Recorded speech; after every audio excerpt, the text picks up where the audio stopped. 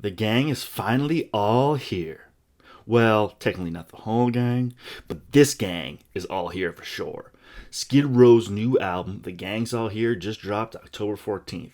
It's been a long time coming since the release of the first single, not to mention it's been 8 years since their last release, which was the second chapter of the United World Rebellion EPs, and 16 years since the release of their last full-length studio album, Revolutions Per Minute. And this new record, of course, is the first to feature the new singer, Erik Grönwall. I went over how I felt about the last few Skid Row releases in my first video, and yeah, I didn't have a lot of good things to say about them. Since then, I have come to appreciate Thick Skin a little more, and there are some good tracks on those EPs, which I still think should have just been one full album. This is still no good. Don't touch this. Don't even look at it. The response to the aforementioned recordings have been lackluster at best. I'm not the only one who didn't get too excited over them. So the question is this new album a comeback? Does it sound like a true blue Skid Row record? Does Erik Grönwall deliver the goods? In short, yes, but let's go over it track by track.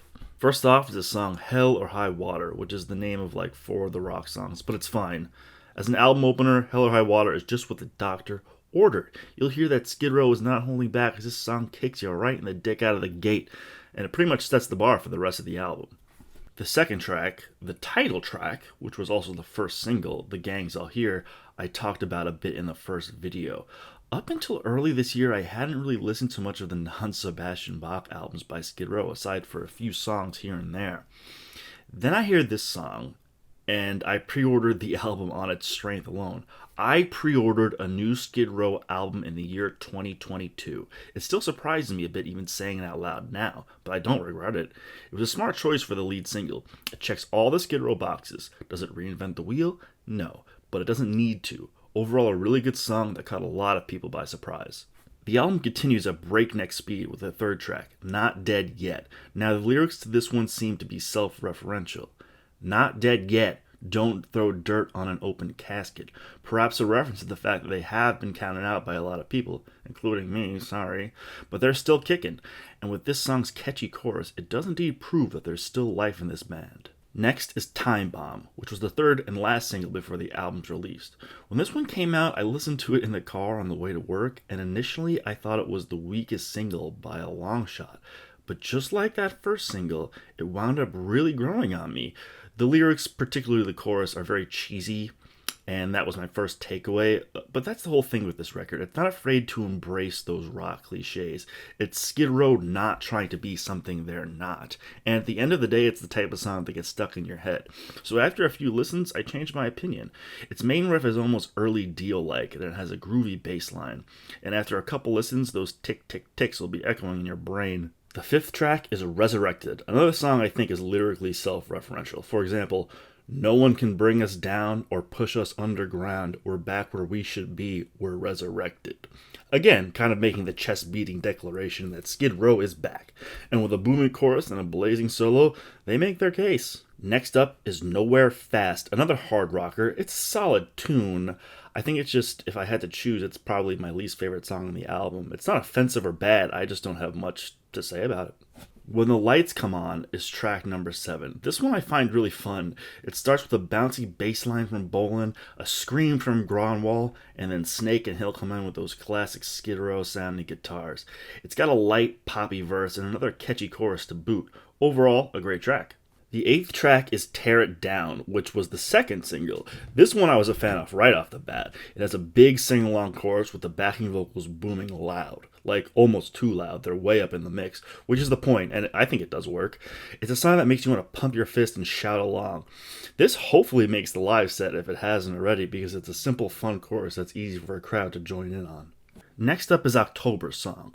Now this is the one point on the album where things slowed down a bit, but it doesn't serve as an interruption. I think its placement as the second to last track was perfect. Now, Skid Row already has a few killer ballads, so it's nice to see here they don't try to remake I Remember You. It's not sappy and light, it's dark and intense, almost haunting sounding, and it is October Song, and October is a spooky month, so maybe that was the point. At 7 minutes and 7 seconds, it's the album's longest song, but it still doesn't weigh anything down, and overall, it's an excellent somber inclusion to the record.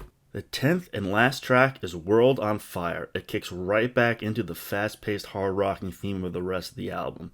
One last taste of the high-octane energy from the band before it comes to a close.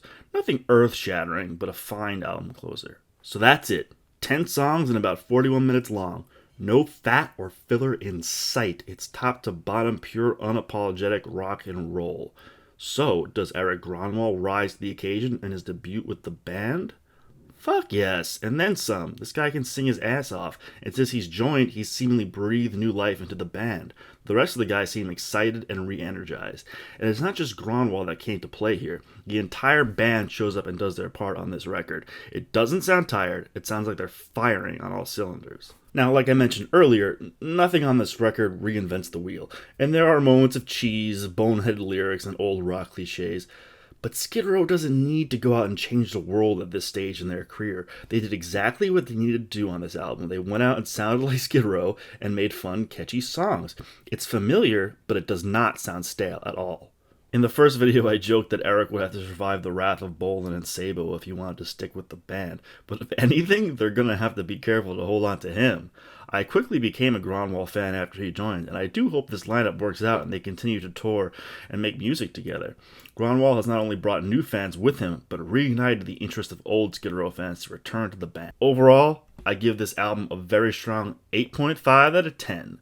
The Gang's All Here from Skid Row is available now, everywhere you buy and stream music.